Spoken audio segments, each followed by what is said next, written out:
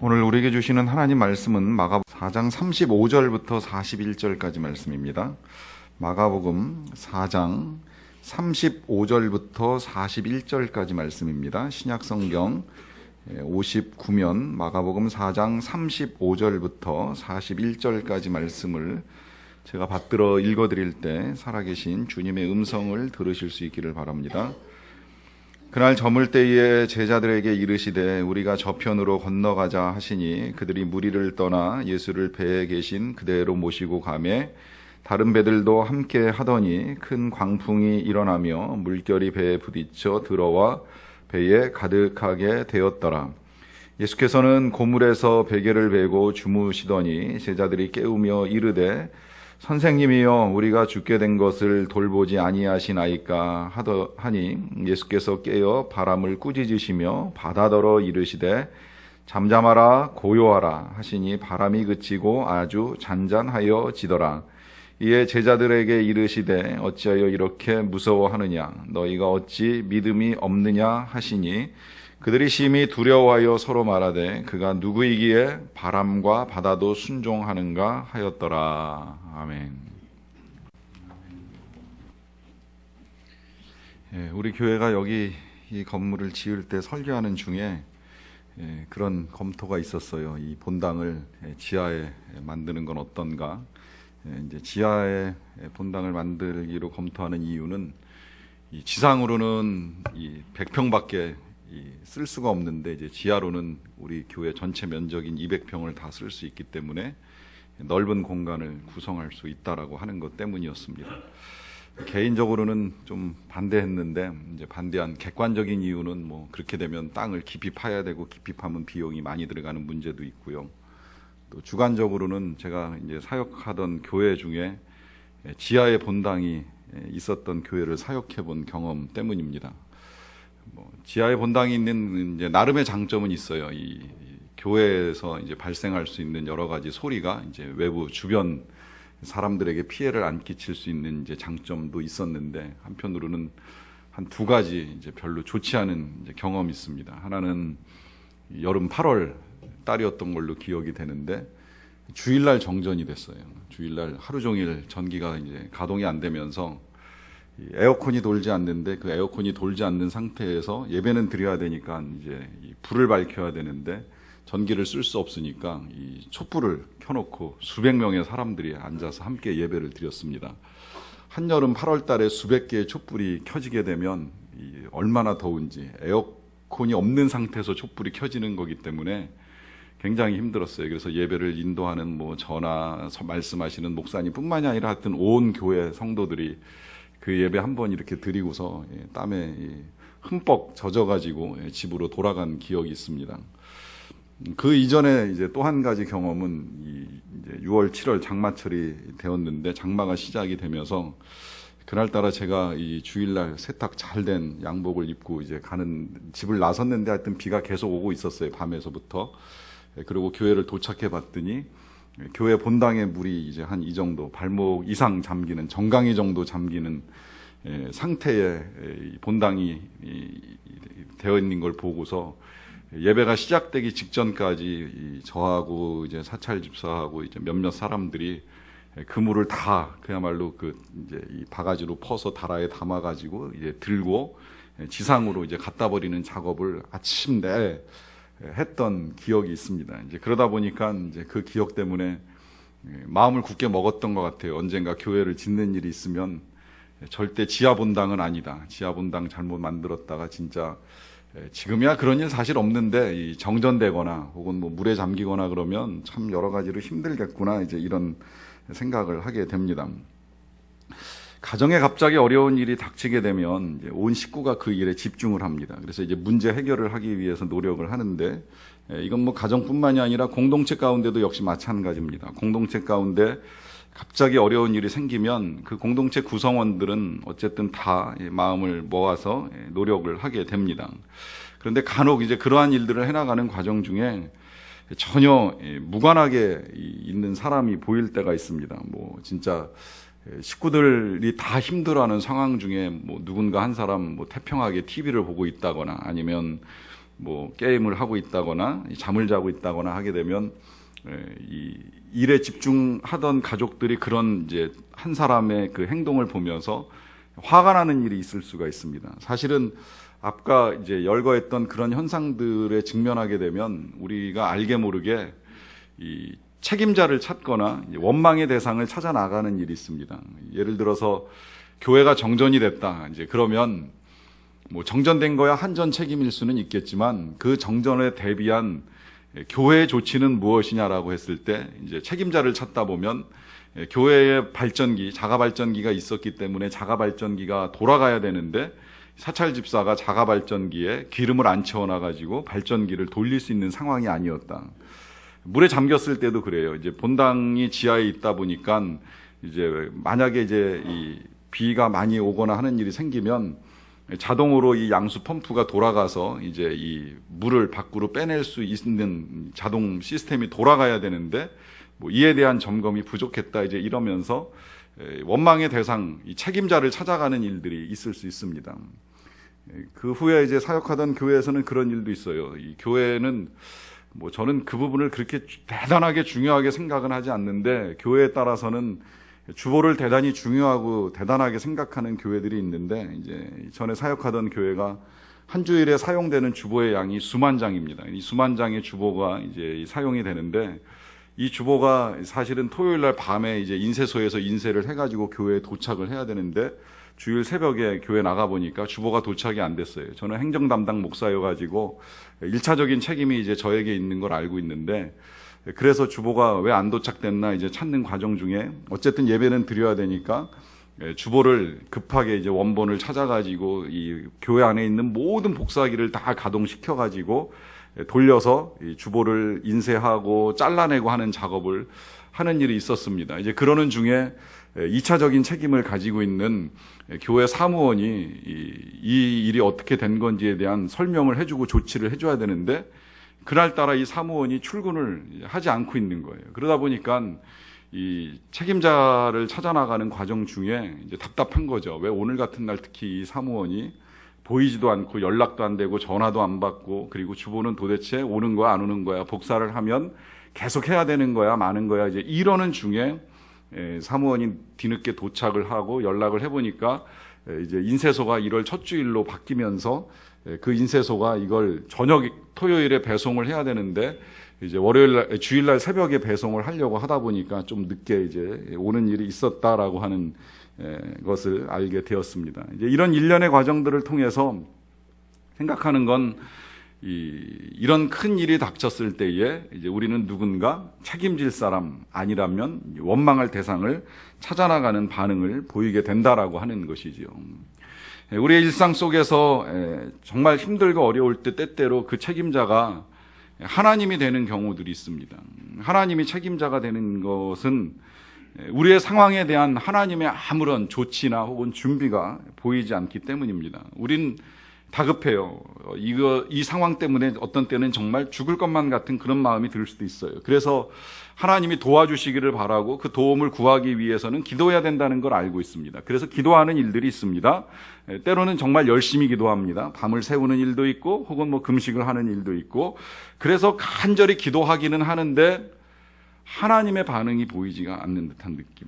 마치 오늘 말씀 제목처럼 주무시고 계시는 건 아닌가라고 하는 생각이 들 때도 있을 수 있다는 거예요. 엘리야와 바알 선지자가 대결할 때 바알의 선지자들이 먼저 그들의 신에게 구하여서 불을 내리기로 요청하는 일이 있었지요. 한나절 동안 수백 명의 선지자가 모여가지고 바알 신에게 주문을 합니다. 그런데 전혀 반응이 안 일어나잖아요. 그때 이 엘리야 선지자가 이 바알 신의 선지자들을 조롱하면서 하는 말이 있습니다. 너희들의 신이 혹시 졸고 있는 거 아니냐? 주무시고 있는 건 아니냐? 니들 가서 깨워야 되는 건 아니냐? 이제 이런 식으로 엘리야 선지자가 바알 신의 선지자들을 조롱하는 일이 있었는데 어떤 때는 이제 우리가 그런 조롱을 받을 것만 같은 상황에 놓이는 일이 있어요. 이 일을 하나님이 해결해 주셔야 되는데 그래서 기도하는데 그래서 결과가 보여야 되는데 그 결과는 보이지 아니할 때 누군가가 우리를 향하여서 하나님이 살아계신다며 하나님이 너를 사랑하신다며 능력과 기적을 베풀어 주실 수 있다며 라고 하는 말을 하면서 그 하나님 주무시고 계시는 것은 아닌가, 깨워야 되는 것은 아닌가, 누군가 우리에게 그런 조롱을 하는 것 같은 느낌이 들 때가 있을 수 있다라고 하는 것입니다. 이런 경험이 이제 우리들만의 경험이 아니라 제자들의 경험이었고, 실제로 제자들은 예수님께서 주무시고 계시는 상황에 맞닥뜨렸어요. 근데 그 상황이 뭐 다 아시겠지만 주무실 수 없는 상황이에요. 이 상황은 캄캄한 밤에 광풍이 일어났고 그 광풍에 따라서 물결이 배에 부딪히고 배 안에 물이 들어와서 배에 가득하게 되었다고 합니다. 이게 조금 있으면 배가 금방 가라앉을 것 같아요. 그러니까 예수님께서 일어나셔서 뭐 능력을 행하시던 안 하시던 어쨌든 이제 죽을 준비라도 하셔야 되는 그런 상황인데 지금 예수님께서 주무시고 계신다는 거예요. 제자들은 뭐 그려보면 돛대를 붙잡고 이 바람에 돛대가 꺾어지거나 뭐 날아가거나 할지도 모르니까 어쨌든 돛대라도 붙들고 있든지 아니면 배가 가라앉을 수도 있으니까 어떻게 해서든 물이라도 퍼내려고 애를 쓰고 있는 그런 상황에서 유일하게 주무시고 계시는 한 분이 바로 예수님이라고 하는 것입니다. 그렇다면 도대체 이 예수님 왜 주무시고 계시는가? 그 이유는 무엇인가 하는 것인데요.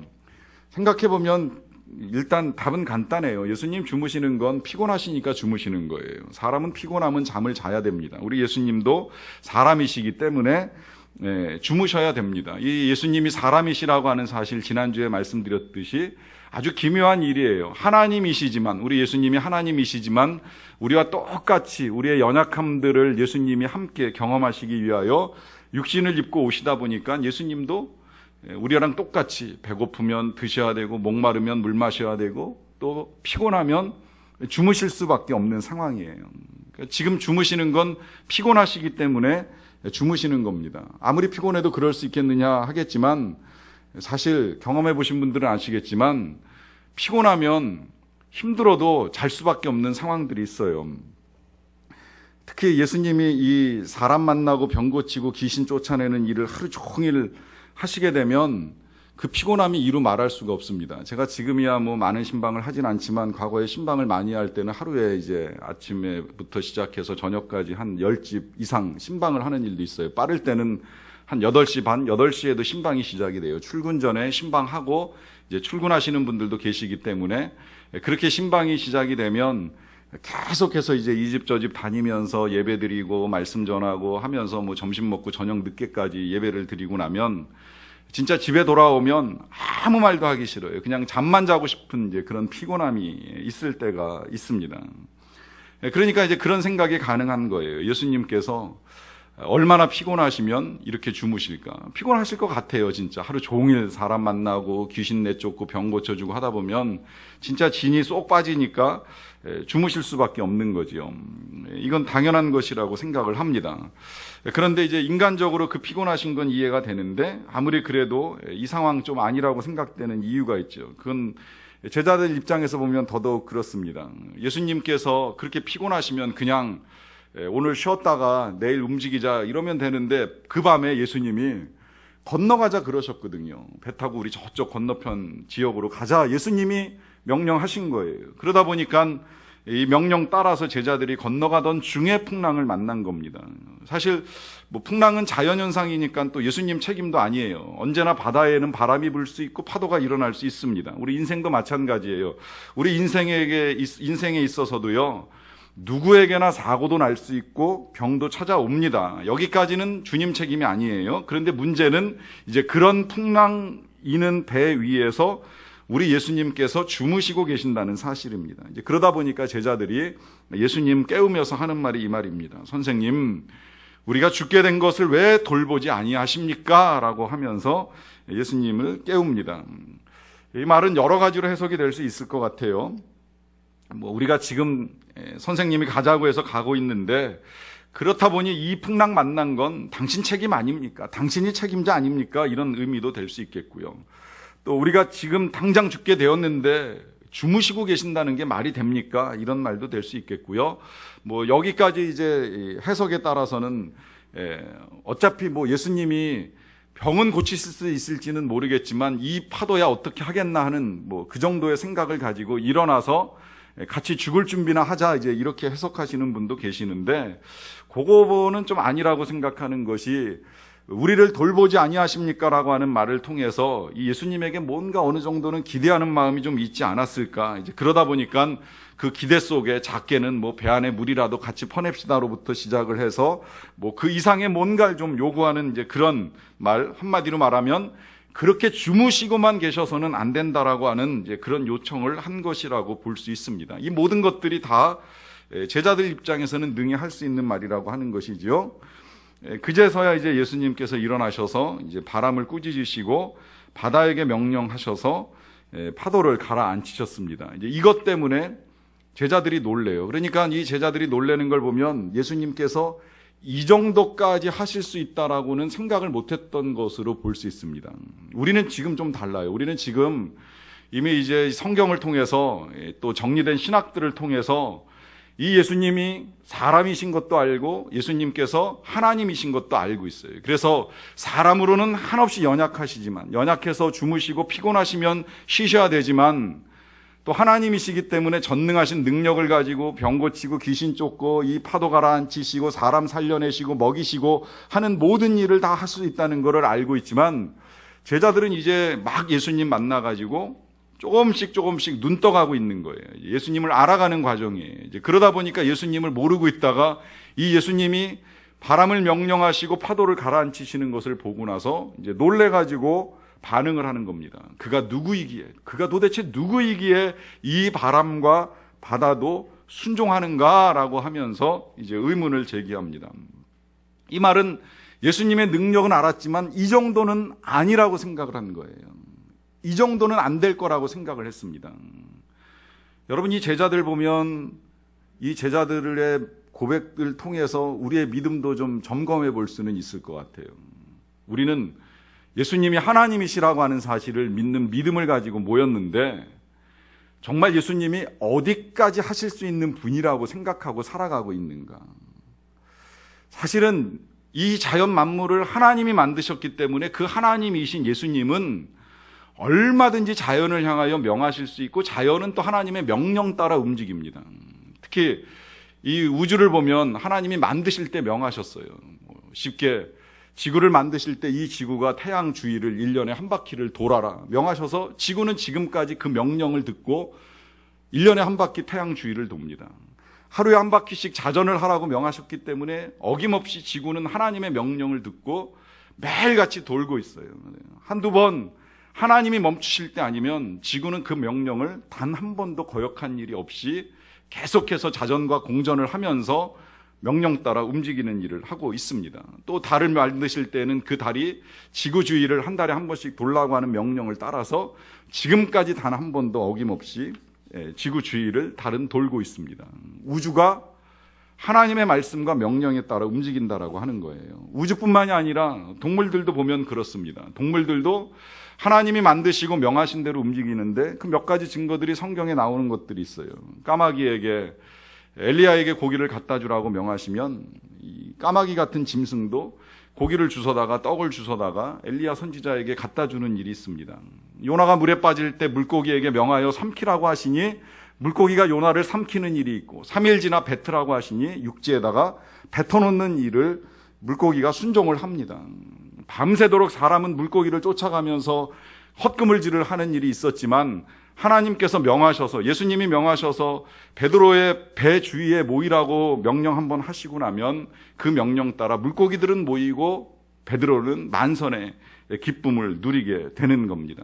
그렇게 보면 세상의 모든 만물들이 다 하나님의 말씀과 명령 따라 움직여요. 유일하게 사람만 하나님의 말씀을 무시하는 거죠. 잘 들으려고 하지도 않고, 들어도 순종하지 않고, 들어도 무시하면서 뭐 자유의지니 이성이니 뭐 사람에게 자유를 주셨느니 하면서 스스로 하나님 노릇하려고 하는 일들이 일어납니다. 이제 그렇게 보면 사실 평소에는 우리 하나님이 주무시고 계시는 것처럼 느껴지는 게 어떤 때는 더 편안하고 다행스럽다라고 하는 생각이 들 수도 있어요. 그러나 이런 상황, 지금 이 제자들의 상황처럼 정말 다급하고 주님이 필요할 때에 주무시고 계시면 이건 또 아니라고 하는 생각을 하는 거지요. 그러다 보니까 이 제자들이 지금 예수님을 깨우면서 예수님께서 이제 바람을 꾸짖으시고 바다에게 명령하시는 것을 보게 됩니다. 이건 우리 예수님이 하나님이시기 때문에 그 명령에 우주, 동물들뿐만이 아니라 이제 이 바람도 바다도 명령 따라 움직이고 순종하는 것을 보여주시는 거예요. 사실은 여기서 이제 조금 우리의 믿음이 더 나아가길 원하는 건 이러한 하나님의 형상을 지닌 우리들에게도 동일한 권세를 주셨어요. 지난번에 우리 진요한 전도사님 아버님 그 진병주 목사님 오셨을 때 참 놀라운 말씀 들었잖아요. 듣지 못한 분들이 많다는 게 되게 안타까운데, 목사님이 여수에 있는 작은 섬 송도에서 사역하시면서 이 여수 땅이 계속 이 어업을 하다 보면 이제 가두리 양식장을 만들고 그래서 이제 물고기들을 키워나가서 이제 그것으로 경제 도움을 받는 일이 있는데, 이제 해마다 때 되면 한 번씩 이렇게 파도 태풍 몰려와 가지고서 양식장 뒤집어지고 하면 어부들이 계속 어려움을 겪는 일이 있잖아요. 이제 이거 보시면서 이 목사님 안타까운 마음에 바닷물에다 손 담그고 명령하셨다 그러잖아요. 이 태풍은 피해가라고, 이 지역을 피해가라고 명하셨는데, 그때 이후로 여수에 태풍이 와도 송도는 한 번도 태풍 때문에 피해를 본 일이 없다 그러시잖아요. 또 여수 지역 아시겠지만 적조로 인해서 물고기들이 폐사하는 일들도 굉장히 많았는데 그 일도 명하셨다는 거예요. 적조는 피해갈지어다, 이 지역에 덮치지 못할지어다. 예수 그리스도의 이름으로 명령하시고 나서는 20년 이상 목회하시는 동안에 적조 피해도 태풍 피해도 한 번 겪은 일 없이 그 섬의 모든 지역 주민들이 다 가두리 양식장 하면서 살아가는데 큰 지장 받지 않고 잘 살아오셨다라고 하는 거예요. 이 권세와 능력을 사람에게 주신 분이 하나님이십니다. 그렇다면 육신을 입고 오신 하나님이신 우리 예수님은 능히 이 바람을 향해서 명령하시고 파도를 향하여 말씀하시는 것이 가능한 일이지요. 그래서 그 명령 따라 놀라운 역사가 일어난 것입니다. 이제 그런데 문제는 이런 능력을 지니고 계신 예수님께서 이 상황이 될 때까지 주무시고 계셨다라고 하는 것이고요. 그래서 이제 제자들이 당황하고 겁먹고 깨우고 깨웠더니 일 다 끝나고 나서 혼났다라고 하는 거예요. 차라리 그럴 것 같으면 차라리 이런 일 일어나기 전에 그냥 좀 미리 아셔서 좀 바람도 가라앉히시고 또 파도도 가라앉히셨으면 좋겠는데, 물이 배에 가득하게 된 다음에야 이 예수님이 일어나셔가지고 가라앉혀 주시고 그 다음에 하시는 말씀이잖아요. 왜 이렇게 무서워하느냐, 어찌하여 믿음이 없느냐 그래요. 사실 인간적으로 생각해 보면 제자들 입장에서는 그 정도 되면 무섭죠. 우리도 때때로 비행기 타고 가다가 기류가 한두 번 부딪히는 일 때문에 두려워하진 않지만 계속 흔들리고 그 흔들림이 좀 심해지면 뭐 누구라도 야 이거 이러다 정말 어떻게 되는 거 아니야? 이런 생각 드는 건 당연한 건데, 배 위에 있으면 더 무섭잖아요. 배는 물 위에 떠 있는 것이고 물 위에 떠 있다가 진짜 한 번 큰 파도 치면 뒤집어지는 거 아닌지, 뒤집어지면 살아날 수 있는지 하는 이런 공포 때문에 두려워하는 게 너무나도 당연하거든요. 그런데 예수님께서 그런 제자들 보시고 혼내십니다. 무서워한다고 혼내시고 또 믿음이 없다고 혼내십니다. 이 말씀을 우리가 잘 생각을 해보면 이제 왜 혼나는지 이유가 나와요. 혼나는 이유는 단순히 무서워한다고 혼내시는 것이 아니라 믿음이 없어서 혼나는 겁니다. 믿음이 없어서. 왜 이렇게 무서워하느냐, 어찌 믿음이 없느냐 연결시켜 말씀하신 건 그 무서워함, 그 두려워함의 근원은 믿음이 없다라고 하는 것인데, 자, 그렇다면 여기서 예수님 말씀하시는 믿음은 무엇인가 했을 때, 예수님께서 이 배 안에 계시기 때문에 물에 빠져 죽지 않는다, 이런 믿음일까요? 아니면 우리도 예수님처럼 명령해서 파도와 바람을 가라앉힐 수 있다라고 하는 것을 믿는 믿음일까요? 아니면 예수님께서 곧 파도와 풍랑을 가라앉혀 주실 것에 대한 믿음일까요? 제가 지금 말씀드린 이 모든 것들이 믿음인 것임에는 틀림이 없는데, 그러나 지금 우리 예수님께서 말씀하고 계시는 믿음은 그런 믿음이 아닙니다. 지금 이 제자들이 경험하고 있는 상황, 예수님께서 주무시고 계시는 것과 같은 상황, 그래서 우리가 죽게 된 것을 돌보지 아니하시나이까라고 말할 수밖에 없는 그런 상황 속에서도 예수님께서 함께 계시고 살리실 수 있다라고 하는 사실을 믿고 나아가는 믿음을 말하는 것입니다.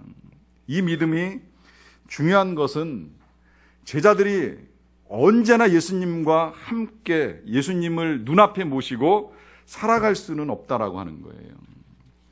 예수님은 이 땅에 잠시 다녀가셨습니다. 때가 되면 이제 예수님은 십자가에서 죽으시고 부활하시고 승천하십니다. 이 일이 예수님께서 이 땅에 오신 궁극적인 목적이에요. 그 십자가에 달리시기 전까지 잠시 동안만 제자들과 동행을 하십니다.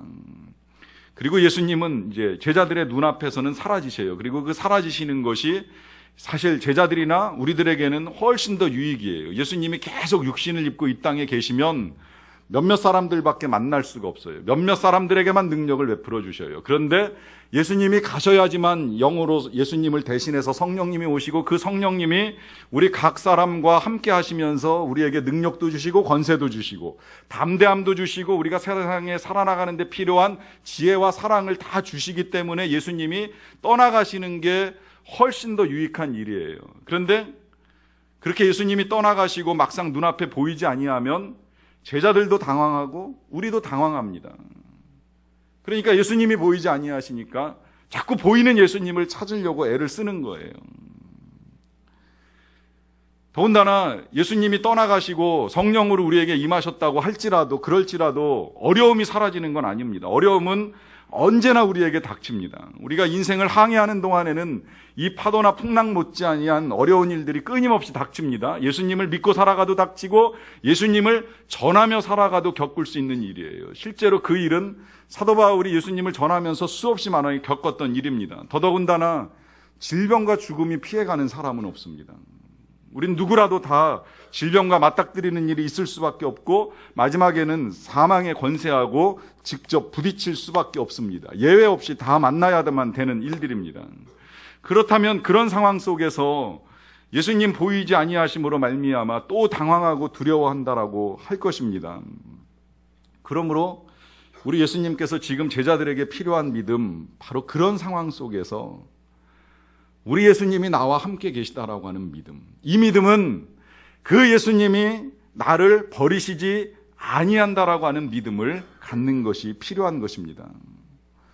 본문 보다 보면 이 제자들이 타고 가는 배보다도 더 답답한 사람들이 있는 것 같아요. 이 배가 한 대가 지금 건너가는 것이 아니라 여러 대가 같이 건너가고 있습니다. 그러면 예수님은 어쨌든 한 대만 타고 계시는 거죠. 나머지 배에는 예수님이 없습니다. 그러나 파도와 풍랑은 똑같이 겪었을 거예요. 바람이 진짜 피해가고 하는 일 없다면 이 모든 배들이 다 풍랑을 겪을 터인데 그래도 이 배야말로 예수님이 타고 계시니까 좀 나을지 모르겠지만 다른 배들은 얼마나 더 두렵고 당황스러웠겠어요. 그렇게 보면 훨씬 더 큰 두려움과 공포에 사로잡혔을 수도 있다는 거죠. 근데 저와 여러분들의 삶이 바로 그와 같을 수 있습니다. 우리 인생 항해하다 보면 파도도 만나고 풍랑도 만납니다. 그리고 우리가 타고 가는 배에는 진짜 예수님이 계시는지 안 계시는지 눈으로 확인할 수 있는 방법은 도저히 없습니다. 그렇다면 그때 우리는 어떻게 해야 되느냐 할 때에 우리 주님이 우리에게도 하시는 말씀입니다. 어찌하여 믿음이 없느냐. 어찌하여 믿음이 없느냐. 바꿔 말씀드리면 믿음을 가지라는 거예요. 믿음을 가지라. 주님이 함께 하시고 주님이 우리를 사랑하시고 우리를 살리신다라고 하는 믿음을 가지라고 하는 것입니다. 다만 이 믿음이 그저 그냥 내 방식대로 하나님이 역사하시는 믿음이라고 생각하지는 마세요. 하나님의 방식은 우리의 방식과 다릅니다. 하나님의 생각은 우리의 생각과 다르고 하나님의 뜻은 우리의 뜻과 다르다라고 하는 것입니다. 어떤 목사님 책 읽어 나가다 보니까 그런 간증하시더라고요. 어렸을 때 학교 앞에서 문방구에서 이제 이 물건 사러 들어갔다가 다른 학생이 물건 훔치는 것을 이제 보게 된 거예요. 그래서 그 물건 훔치는 상황을 그 문방구 주인에게다가 이제 알려주었어요. 지금 도둑질을 하고 있다고. 주인이 그 현장을 보는 바람에 그 학생이 훔치려던 물건을 뺏기고 이제 그 일 때문에 혼나고 이제 학교로 그 사실이 통보되는 일이 있었습니다. 근데 나중에 알고 보니까 그 물건을 훔치려던 학생들이 그 학교에 요새 말로 소위 말하면 이제 일진 같은 이제 폭력배들이었어요. 그러다 보니까 이 학생들이 협박을 하게 된 거죠. 같은 학교 학생들은 아니었는데 이제 학교 오가는 길에 만나면 이제 가만두지 않겠다라고 하는 이제 위협을 1차적으로 받은 상태입니다. 위협을 받고 나서 두려운 마음이 생기잖아요. 그런데 감사하게 이제 방학은 시작이 되었는데, 그래서 이제 마주치지 않게 되었는데, 방학 한 달 지나고 나서 또 개학하고 나면 오며 가며 마주칠 수 있는데, 이 일 어떻게 해야 되느냐라고 하는 고민을 하시다가 이제 믿는 하나님께 기도를 드렸어요. 살려주세요. 두렵습니다. 그 친구들 만나면 내가 어떻게 될지 모르는데 이거 어떻게 해야 될지 모르겠습니다. 하나님 도와주세요라고 하면서 인간의 생각으로는 피해갈 수 있는 방법, 마주치지 않는 법만 놓고서 계속 기도를 했다는 거예요. 그런데 개학하기가 무섭게 학교에서 들려온 소식은 그 다니던 학교가 이사를 간다는 거였어요. 신용산 중학교를 다녔는데 신림동으로 이사를 가면서 남서울 중학교로 이름이 바뀌면서 이사를 간다 그래가지고 더 이상 마주칠 일이 이제 없게 되었다라고 하는 이제 그런 간증을 보게 됐어요.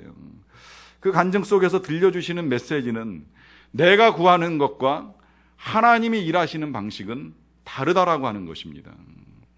우리는 파도가 일어나고 풍랑이 치면 그냥 이 풍랑만 가라앉혀 달라고, 여기서 좀 우리가 안전하게 가게 해달라고 기도할 수는 있습니다. 그러나 때로 하나님은 지금 이렇게 예수님처럼 정말 바람을 가라앉히시고 파도를 가라앉히시는 일을 하시기도 하시지만 때로는 우리를 물에 빠뜨리실 수도 있어요. 베드로가 그랬습니다. 베드로는 예수님 말씀 따라 물 위를 걷다가 물에 빠져버렸어요. 물에 빠지는 일이 있습니다. 그러나 베드로는 죽지 않았습니다. 물에 빠진다고 다 죽는 것이 아니라는 거예요.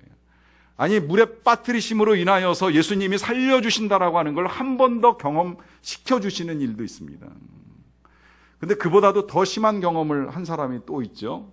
사도 바울은 배가 완전히 부서져 버렸어요. 파도를 만나고 풍랑을 만났는데 그것이 가라앉은 것이 아니라 배가 가라앉았어요. 풍랑이 가라앉은 것이 아니라 배가 물속에 가라앉았습니다. 그렇다고 해서 바울이 죽지는 않았습니다. 바울이 그 물속에서 헤엄쳐 나와서 섬에 정착을 합니다. 그리고 그 섬에서 선교를 합니다. 하나님의 방식이 우리의 생각과는 다르다는 거예요. 다만 그 다른 하나님의 방법들 속에서 우리가 한 가지를 분명하게 확신할 수 있는 것이 있습니다. 그건 우리가 죽지 않는다는 것입니다. 우리가 영원히 사는 하나님의 백성들이라고 하는 사실입니다. 오늘 하나님께서 예수님을 통하여 우리에게 알려주시고자 하는 믿음은 바로 그것입니다. 예수님 주무시고 계시지만 살아계십니다. 예수님 십자가에서 죽으셨지만 부활하셨습니다. 부활하시어 부활의 첫 열매가 되셔서 우리가 죽지만 죽지 않는다는 사실, 우리도 다 부활한 하나님의 백성으로 살아가게 될 것이라고 하는 것을 분명하게 보여주신 것입니다. 만약에 우리가 그렇게 부활하신 예수님을 믿는 믿음을 가지고 살아가는 하나님의 백성들이라고 하면 어떤 파도, 어떤 풍랑에서도 두려워할 것은 하나도 없는 것입니다. 비록 풍랑은 일어나고 파도는 치지만 우리의 항해는 반드시 끝나게 되어 있습니다. 그 항해의 끝자락에는 소망의 언덕에서 우리를 기다리고 계시는 예수님을 다시 만나는 것입니다. 그 예수님을 다시 만날 때까지 주무시고 계신 듯 하나 주무시고 계시지 아니하시는 우리 예수님, 아니 지금도 살아계셔서 성령을 통하여 우리 안에 담대함을 주시고 우리로 하여금 이 세상의 파도와 풍랑을 이길 수 있는 능력과 권세를 주시는 우리의 주님이십니다. 그 주님과 함께 인생의 항해를 잘 헤쳐나가시고 건너편 언덕에서 감사의 찬송을 부를 수 있는 저와 여러분들이 다 되시기를 간절히 축원합니다. 기도하시겠습니다. 사랑하는 성도 여러분, 여러분들의 항해가 평안하십니까? 아니면 풍랑을 만나서 흔들리고 있습니까? 너무나 파도가 크고 덮쳐오는 물이 엄습해서 두렵다는 생각을 가지고 계시진 않습니까? 이러한 때에 우리가 먼저 해야 될 질문, 나의 믿음은 어떠한가? 살아계신 예수님, 부활하여 영원히 함께 하시겠다라고 약속하신 그 예수님을 믿는 나의 믿음은 과연 어떠한가? 찰싹거리는 이 파도와 풍랑 때문에 두려워하고 있는 것은 아닌가? 주님이 이 배, 내 인생의 배에 함께 계심에도 불구하고 볼 수 없다라고 하는 이유 때문에 두려워 떨고 있었던 것은 아닌가요? 여러분, 우리는 반드시 이 항해를 마칠 것입니다. 주님과 함께 끝낼 것입니다. 끝내고 나면 건너편 언덕에서 우리를 기다리고 계시는 우리의 주님을 만나게 될 것입니다.